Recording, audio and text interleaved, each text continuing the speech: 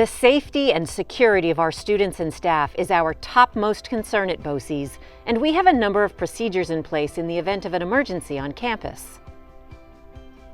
Please take the time to review these procedures so that you know what to do should an emergency arise.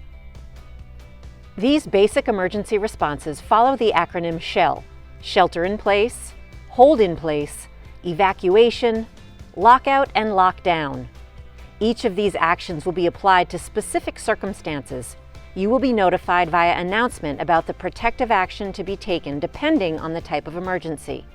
We ask everyone to shelter in place when students and staff are required to remain indoors, perhaps for an extended period, because it is safer to be inside the building than outside. Depending on the threat or hazard, students and staff may be required to change their location. For example, get away from windows in the event of severe weather, or move to a room that can be sealed from a chemical or biological hazard. Make sure you're aware of the appropriate locations in your building. We follow the hold-in-place procedure when there is an internal incident, such as a medical emergency, chemical spill, a maintenance issue, or student fighting. This is when everyone should stay in their office or classroom unless instructed otherwise. Don't call the office unless you have important and pertinent information key to the situation. Evacuation orders are issued when it is safer for everyone to be outside the building than inside. This may be prompted by fire, smoke, a chemical spill, or gas leak. All building occupants should leave, follow directions, and make sure visitors and students know what to do. If you are in your office, take your car keys and laptop, but otherwise don't go back for personal possessions. Make sure you know your building's rally point and go there if you're in your assigned building. Otherwise, follow everyone to the rally point for your location. Move away from the building and stay out of the traffic lanes to avoid obstructing emergency vehicles. Report your presence to the person in charge of taking attendance. Don't leave the area before you are told to do so. Emergency responders will determine when it's safe to return to the building. A lockout is announced when everyone would be safer inside than out. Perhaps a wild animal on the grounds or police activity in the surrounding area. Outside activities should cease and everyone should go inside. All outside doors will be locked. Access to the building is determined by the situation and can only be granted by an administrator.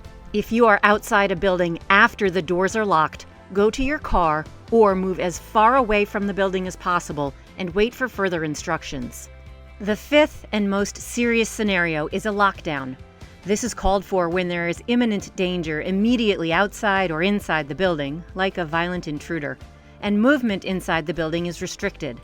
Staff, visitors, and students must respond immediately to announcements to get out of sight.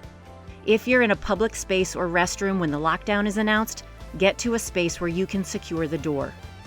Adults may leave a building if they are not responsible for students and they are near an exit. The active portion of the incident prompting a lockdown is usually over quickly, but resolving the situation may take much longer.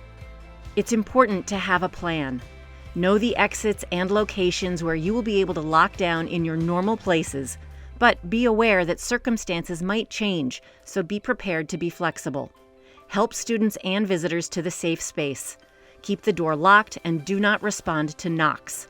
All cell phones should be turned to silent. Stay quiet and wait for law enforcement to release you. After an emergency, it's important that we know who was and is in a building. Make sure that you follow the sign-in procedures for your building and that you always tell someone if you leave the building.